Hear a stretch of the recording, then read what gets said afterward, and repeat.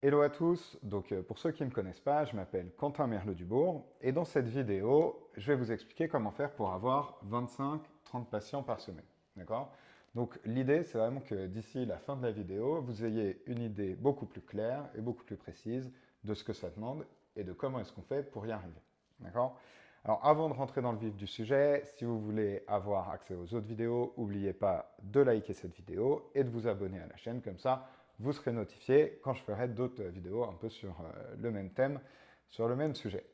Alors, comment est-ce qu'on fait pour avoir 25-30 patients par semaine, toutes les semaines? D'accord? On va se rendre compte que c'est pas si compliqué que ça. Mais d'abord, qui est-ce que je suis pour en parler? Pour vous redonner un petit peu de contexte, parce que si vous tombez sur cette vidéo, vous demandez sûrement qui est ce mec qui sort un petit peu d'une part. Bon, en gros, ce que je fais, c'est que moi, j'aide les thérapeutes à avoir plus de clients. D'accord? Donc, j'ai déjà aidé plus de 300 thérapeutes sur des spécialités très différentes, dans des endroits en France très, très différents. D'accord? Et la première personne que j'ai aidée, bah, c'est ma mère. Ma mère, elle est psychologue. Elle a lancé son activité il y a quelques années. Au moment où elle l'a lancée, bah, elle a galéré. Je pense comme beaucoup de personnes qui se lancent. Et comme elle n'y arrivait pas et que moi j'avais du temps, eh ben, je l'ai aidée. D'accord? Et du coup, ça a super bien marché pour elle. Et donc maintenant, ce que j'ai fait pour elle, eh ben, je le fais pour d'autres thérapeutes. Je ne le fais pas tout seul, je le fais avec mon frère et avec mon équipe. D'accord? Donc, je l'ai fait pour ma mère, je l'ai fait pour plus de 300 thérapeutes différents. Donc, s'il y a un truc que je maîtrise bien, c'est comment lancer son activité de thérapeute. D'accord? Donc, cette vidéo, on va la diviser en deux grandes parties. D'accord? Dans la première partie, on va parler de la base du fonctionnement d'un cabinet. D'accord? Et la base de la base, c'est trois choses. C'est le marketing. En fait, non, dans le bon sens, c'est le produit, la vente et le marketing. D'accord? Donc ça, on va l'aborder dans une première partie. Et dans une deuxième partie, on va parler d'un deuxième modèle qui est super important quand on a une entreprise, une activité. Quel modèle? Ce que j'appelle ACR. D'accord? Et je vous expliquerai ce que c'est et pourquoi est-ce que c'est important pour vous. Et dans une troisième partie, je vous montrerai en détail les chiffres qui sont importants à connaître pour réussir à avoir 25-30 patients par semaine. Alors c'est parti. Du coup, le premier tableau qui est important, c'est celui-ci. Et on va commencer par le plus important des trois, qui est le produit. D'accord? Le produit, quand on est thérapeute, bah, c'est assez simple parce que c'est vous. D'accord? Le produit, c'est le service, c'est ce que vous faites. D'accord? C'est comment est-ce que vous aidez les gens, la transformation que vous faites. La transformation que vous allez aider les personnes avec lesquelles vous travaillez. J'arrive pas à parler, mais c'est pas grave. Ok? Et donc, le produit, c'est vous, c'est votre offre, d'accord? C'est votre histoire, c'est l'accompagnement que vous proposez. La deuxième partie, c'est la partie vente. D'accord? Alors, je sais que quand on est thérapeute, on n'aime pas trop ce mot-là généralement. C'est un mot qui fait un peu peur. J'entends tout le temps je ne sais pas me vendre, j'aime pas ça, c'est pas éthique, des choses comme ça. Mais en fait, ce qui est important sur la vente, c'est que quoi qu'il arrive, tout le monde le fait. Tout le monde vend. D'accord? Il y avait un livre qui était super bien, qui s'appelait, c'est un psychologue en plus qui l'a écrit, un américain, mais il a écrit, ça s'appelle To Sell is Human. D'accord? C'est-à-dire vendre est humain. Et quoi qu'il arrive dans notre vie de tous les jours, on vend tout le temps. D'accord? Que ce soit, je sais pas, si on propose à des amis, si on veut proposer même à des amis d'aller quelque part faire un événement, le fait qu'on réussisse à les convaincre ou pas de venir avec nous, c'est vendre. D'accord? Un enfant de 5 ans qui va voir sa maman et qui, je sais pas, veut acheter des bonbons, bah, il va vendre. D'accord? Et donc, du coup, il n'y a pas de débat sur est-ce que vendre c'est bien ou c'est pas bien, parce que de toute façon on le fait tous. Et du coup, la question c'est plus est-ce qu'on le fait bien ou est-ce qu'on le fait pas bien? D'accord? Vous êtes thérapeute, vous avez du coup une entreprise à gérer, il faut apprendre à vendre de toute façon et il faut réussir à le faire le mieux possible. D'accord? Ce qui est important, c'est que quand on vend, l'erreur que je vois la plus souvent, d'accord? Et ça, c'est la base de la vente, c'est de rentrer trop dans le détail de ce qu'on fait. D'accord? Par exemple, un sophrologue qui va juste mettre en avant qu'il est sophrologue. D'accord? Ce qu'on vend, c'est jamais ça. Ce qu'on vend, c'est vraiment la transformation qu'on va faire avec quelqu'un. En gros, si on doit revenir à la base, c'est la vente, c'est juste vous avez quelqu'un qui est dans une situation A, d'accord? Bah, généralement qui va pas bien pour plein de raisons différentes, et il veut se retrouver dans une situation B, d'accord? Et le truc, c'est que bah, il n'arrive pas à aller de là à là. Imaginons, je ne sais pas, une maman qui est épuisée parce que elle est débordée par ses enfants. Bah, son problème, c'est que genre, elle n'arrive plus à avoir une vie de femme, son couple ça va pas, tout ce qui va avec tout ça, d'accord. Et elle, ce qu'elle veut, c'est avoir une relation super bien avec son enfant, avec son mari, d'accord. Mais pour le coup, elle n'arrive pas à aller de A à B. Et donc ça, elle a besoin d'aide. Et donc, quand vous, en tant que thérapeute, vous allez dire, tiens, bah, je vais aider cette personne a besoin d'aide, ce qu'on vend, d'accord, c'est la transformation. C'est ça. Et surtout, ce qu'on vend, c'est ça. D'accord. C'est le fait d'aller mieux. Bon, ça, c'est vraiment la base de la vente. Ce qui est important aussi à comprendre, c'est que souvent pour vendre, ce qui marche bien, c'est d'expliquer pourquoi on fait ce qu'on fait. D'accord. Il y a une conférence, un TED Talks de Simon Sinek. Il a écrit un livre aussi qui s'appelle Start with Why, d'accord. Commencer par le pourquoi, et il explique par exemple pourquoi est-ce que Apple ça marche aussi bien, parce qu'ils expliquent pourquoi ils vendent ce qu'ils vendent, pourquoi est-ce qu'ils font ce qu'ils font, d'accord. Souvent, l'avantage, enfin, c'est pas un avantage ou un désavantage, mais euh, je vois par exemple dans les thérapeutes souvent des reconversions professionnelles, d'accord, suite à des burn-out, des choses comme ça, et donc souvent la spécialisation que les personnes choisissent est liée à leur histoire personnelle, d'accord. Et le fait que vous ayez choisi de faire telle spécialité parce que vous avez vécu ce problème-là, ça c'est un gros avantage, d'accord. Parce que du coup, quand vous vendez, vous pouvez aussi vendre votre histoire, d'accord. Donc ça, c'est juste la base de la vente. Ensuite, il y a une autre partie qu'on peut rajouter ici, c'est la partie marketing, d'accord. Parce que, en gros, si on a notre marché, le marché c'est juste les personnes qui ont besoin de votre aide, elles ne vous connaissent pas. Et le but, c'est qu'elles vous connaissent, d'accord. Parce que si vous n'avez pas de clients, bah, votre activité, ça ne marche pas. Et le marketing, qu'est-ce que c'est? C'est juste le moyen d'avoir l'attention de votre marché, d'accord. Ce qui est important, c'est que souvent, ce qui se passe avec les thérapeutes, c'est que c'est des gens qui sont passionnés par ce qu'ils font. Ils ont vraiment envie d'aider plus de monde, d'accord. Mais ils ont peur de se mettre en avant. D'accord. Et c'est ça le job du marketing. Bah, le marketing ou la communication, c'est juste trouver un moyen de se mettre en avant. D'accord. De se mettre en avant pour avoir l'attention des personnes. Et ça marche en ces trois étapes. D'abord, on chope l'attention de la personne. Ensuite, on lui explique ce qu'on fait. D'accord. On vend. Et ensuite, donc on vend le produit. Il faut toujours qu'il y ait un équilibre entre ces trois choses-là. D'accord. Sachant que le plus important, évidemment, c'est ça, d'accord. C'est que vous puissiez aider les personnes que vous accompagnez. Mais si vous faites que ça ne marche pas, d'accord. Si vous êtes juste un très très bon thérapeute, impossible que votre activité marche. Si vous êtes juste un très bon vendeur, mais que derrière ça ne suit pas, impossible que votre activité marche aussi, d'accord. Si vous deviez en choisir que deux, il faut apprendre évidemment à être un bon thérapeute, mais ça généralement c'est pas trop votre problématique, c'est plus genre celle-ci. J'ai mis le marketing comme une sous-partie de la partie vente parce que, en fait, c'est ça l'avantage, plus votre marketing est fort, plus euh, ce sera facile pour vous de vendre. D'accord. Imaginons, vous êtes un hypnothérapeute et vous avez déjà, en fait, on va dire, vous êtes un hypnothérapeute, vous commencez tout juste. Vous avez zéro avis, zéro témoignage, rien. D'accord. Bah, évidemment, c'est plus dur de réussir à prendre la confiance des gens. D'accord. Parce qu'ils ne vous connaissent pas. Donc ça, c'est plus le marketing il est puissant, plus la partie vente sera facile.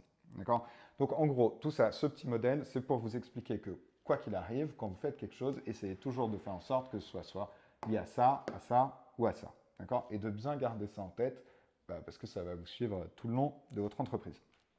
Ok. Ce premier modèle-là donne suite à un deuxième modèle que j'ai mis de l'autre côté avec encore un autre schéma. Ok. En gros, c'est ce que j'appelle le modèle ACR, qui est assez connu dans le monde des startups, mais beaucoup moins dans celui des thérapeutes.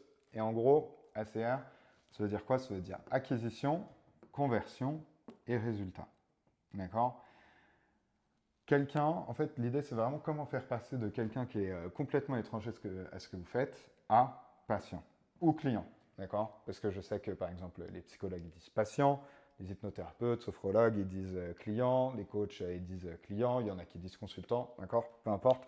De toute façon, c'est toujours pareil. Enfin, c'est la même logique plutôt. Ok, donc acquisition, conversion, résultat. Si on devait schématiser simplement, la partie acquisition, c'est le marketing. La partie conversion, c'est ce que j'appelle la vente. Et le résultat, c'est le produit. Le produit, c'est le service. En gros, marketing, c'est choper l'attention de votre marché. D'accord? Et ensuite, une fois que la personne, elle vous voit. Par exemple, elle voit votre site internet, elle vous appelle. D'accord? Et là, le but, ça va être de la convertir en cliente. D'accord? Que la personne, elle vienne vous voir. Donc ça, c'est la partie vente. Et ensuite, résultat, c'est juste réussir à faire l'accompagnement que vous avez vendu. D'accord? Super important. Ça, c'est ce qu'on appelle en gros un funnel de vente. Et l'idée, c'est juste, un funnel, des fois, ça peut être très très complexe, mais ça peut aussi être très très simple. Si on devait simplifier, ce serait juste comment est-ce que quelqu'un passe de étranger à patient. D'accord? Pour faire passer de quelqu'un à étranger à patient, donc on doit travailler sur ces trois parties-là, l'acquisition, la conversion, résultat. Et là, j'ai rajouté un autre truc, c'est la partie R. D'accord? En fait, c'est parce qu'en anglais, on dit referral, mais ça veut dire bouche à oreille. Et l'idée, c'est que une fois que vous avez eu les personnes, d'accord, en entretien ou en accompagnement, en thérapie, elles vont parler de vous autour d'elles parce que votre accompagnement a été extraordinaire pour eux, d'accord, et a complètement changé leur vie. Et du coup, après, hop, ça va faire de nouveaux clients, d'accord, et ça revient dans la partie acquisition. Donc ça fait une boucle, et cette boucle-là, c'est ce qu'on appelle une feedback loop. Et en fait, l'avantage, c'est que mieux on fait marcher chaque étape, plus la machine est optimisée, plus c'est facile d'avoir des clients, d'accord.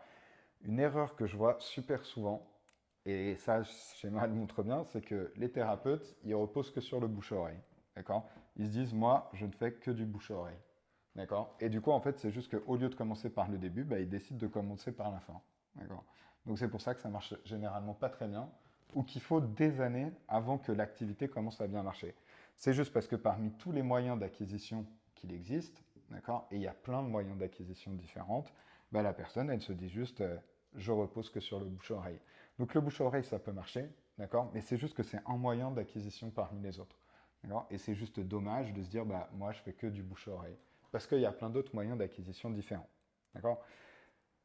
Ce qui est important, c'est que il faut que toutes ces étapes soient bien faites. S'il y a une étape qui est mal faite, ça, ça fait foirer tout le système. D'accord? Mais il faut juste savoir identifier le problème. Et ce genre de modèle permet d'identifier le problème.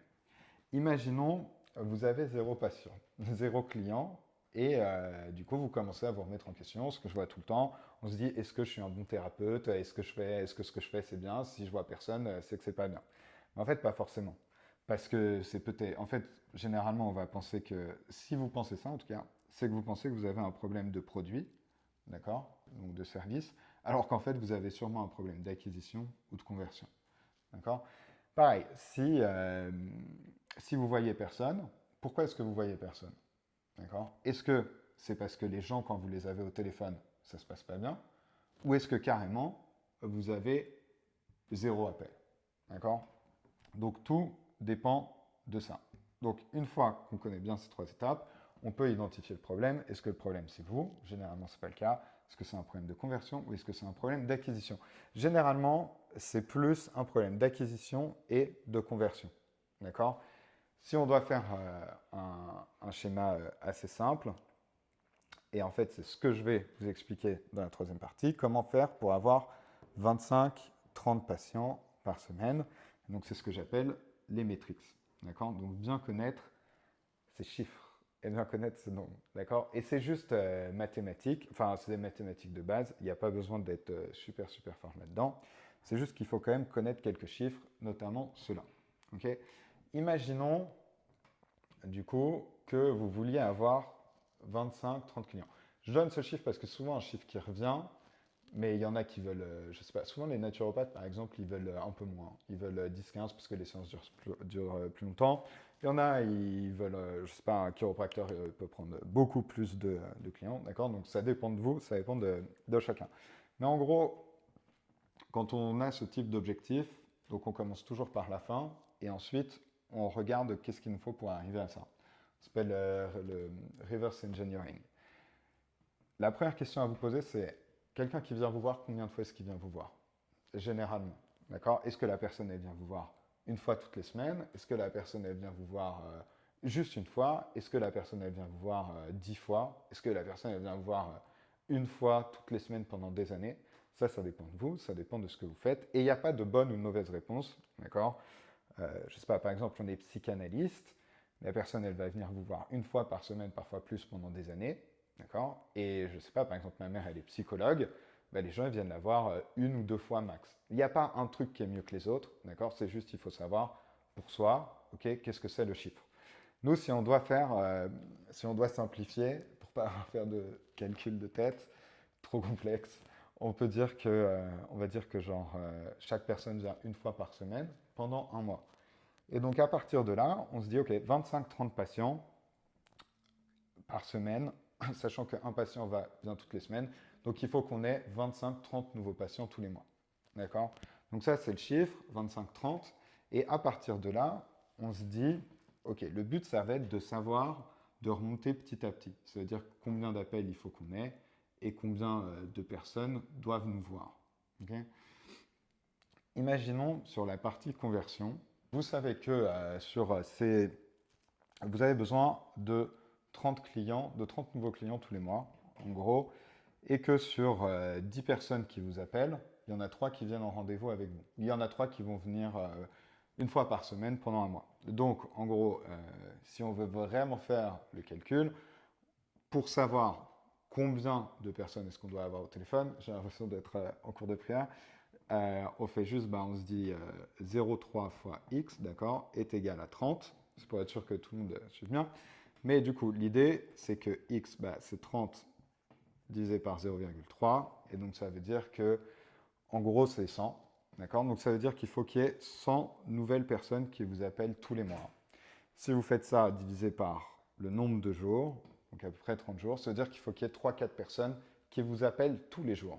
D'accord? Qui prennent contact avec vous. Ça, du coup, vous pouvez changer. Si vous savez que sur 10 personnes qui vous appellent, il y en a 7 qui vont venir en rendez-vous, ça peut être. Du coup, ça change les chiffres.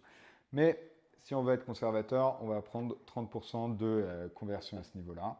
D'accord? Donc, on sait qu'ici, il faut 100 personnes qui vous appellent. Et donc, ça fait 3-4. D'accord?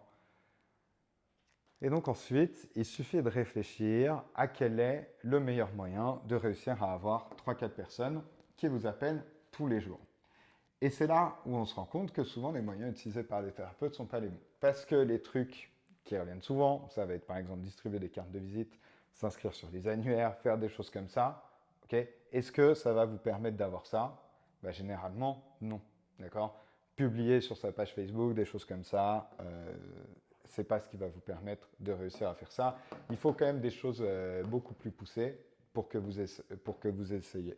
Pardon, pour que vous ayez ça tous les jours, d'accord? Et du coup, bien réussir à faire marcher cette machine-là. J'ai fait cette vidéo, du coup, il y a pas mal de termes. C'est pas très compliqué, mais c'est peut-être nouveau pour vous, peut-être un petit peu technique, mais parce que j'en avais marre de voir les thérapeutes toujours se dire il faut que je travaille mon référencement, il faut que je travaille ma visibilité, il faut que je travaille ma communication, il faut que je m'inscrive sur des annuaires ou je ne sais pas trop quoi, qui sont des termes, c'est jamais super faux en soi, d'accord, mais c'est un peu trop vague et ça veut rien dire. Il faut pas réfléchir juste en termes de référencement, de communication, de trucs comme ça.